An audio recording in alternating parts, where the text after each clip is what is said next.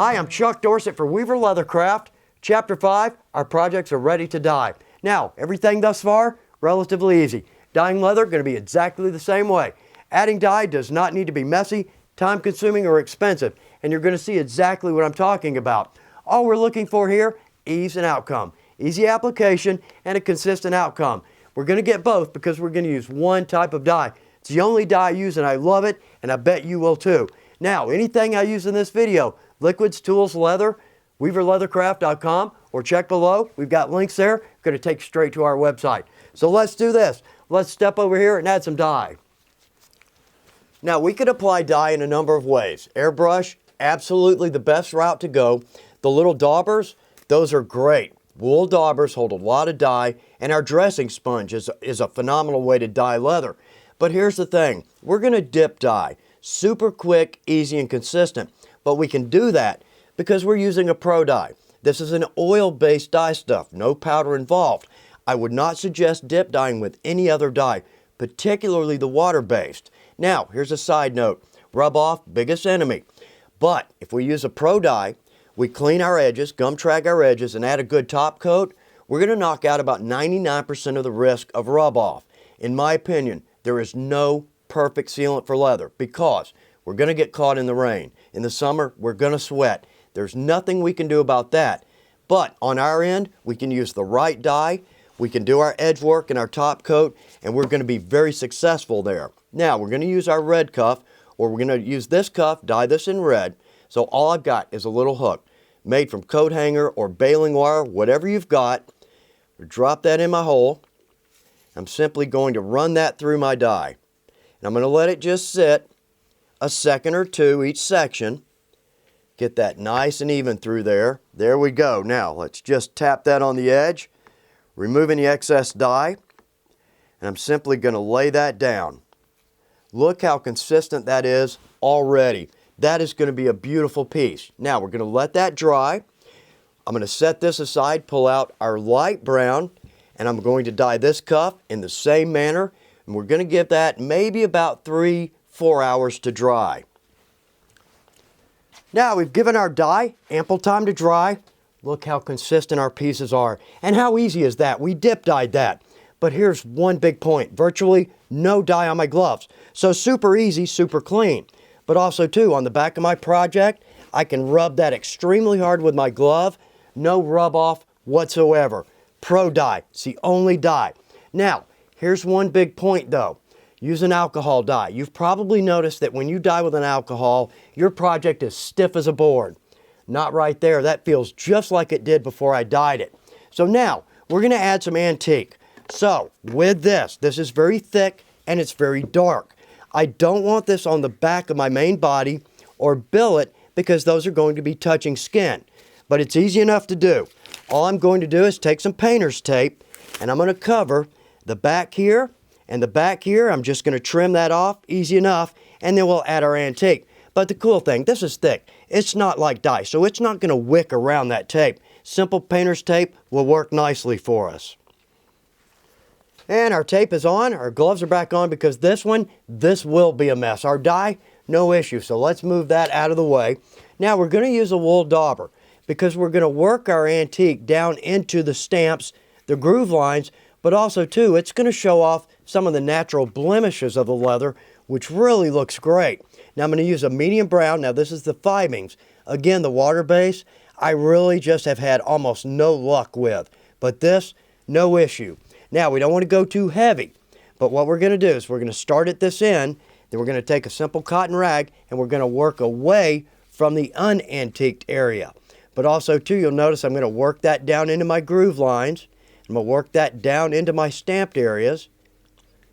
We don't necessarily want to go too light, but at the same time, let's not go too heavy here. But also too, this is the last stop for a rag in my shop. There we go. All right, get that down in the groove lines. And that is going to look great. Now, dry time on the antique is really only about an hour. So we're going to get that on. All right, that looks good. Already looks good. Let's give it a little drying time. It's going to look great. So we're going to jump over here. Now again, trying to get into those little groove lines. All right, let's wipe that off. Now, last thing. Stick with me here. All right, last thing. Let's hit our edges. Make that look good and clean and tight. And again, rub that off. And last, across the top, just to make sure we don't have any excess there. And again on our edges here. And it's all right if we get a little over on the top. This is an antiquing, so it's going to make our edges appear a little darker anyway. But let's clean that off. And again, like I said, this is the last stop for a rag in my shop. There we go, and go back across the top just to make sure. All right, so let's give that, let's say, about an hour to dry. And our last bit of tape, well, the backing on that looks great. Same with our billet. Now, save us a little time. I antique both straps just like the body and the billet. So those are dry and ready to top coat. So let's jump over here to our red. Now, it looks a little flat, and it will, but watch what our top coat does. It's going to enrich in that dye color. So, atom wax or leather balm with an atom wax. This is one of my favorite top coats. No ventilation required. All we're going to do is rub it on and buff it off. Now a little bit sparingly, and I'll drop that on, and almost immediately I'm going to take a cloth and just wipe that off. There we go. All right, let's set that aside. Now we do have a little rub off there. Absolutely, that's going to take off whatever's left. But we're going to buff this down, and it is going to be gorgeous, and we're going to have no issue with that dye coming off on our fingers. So let's buff that with a dry rag. And that color is really going to start to come through for us. It's going to give it a nice, kind of a matte gloss look. But again, it will really enrich in that dye color.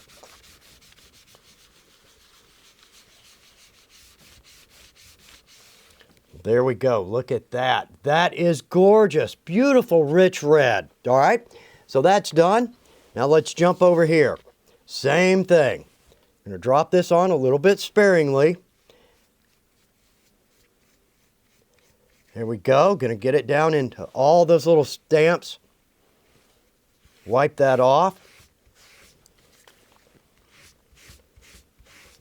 There we go. All right. As that starts to dry, let's take our rag again and start to buff that. Now, it always freaks me out a little bit because it goes very flat.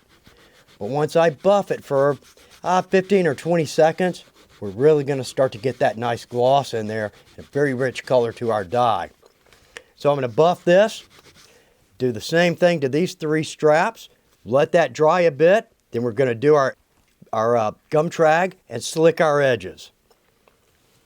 All right, and we've given our two cuffs a little dry time, but look at that beautiful rich brown. Is that not gorgeous? Now notice too, we started with a light brown, then we dropped in our antique, which darkened, then we dropped in our leather balm, which darkened a little bit more.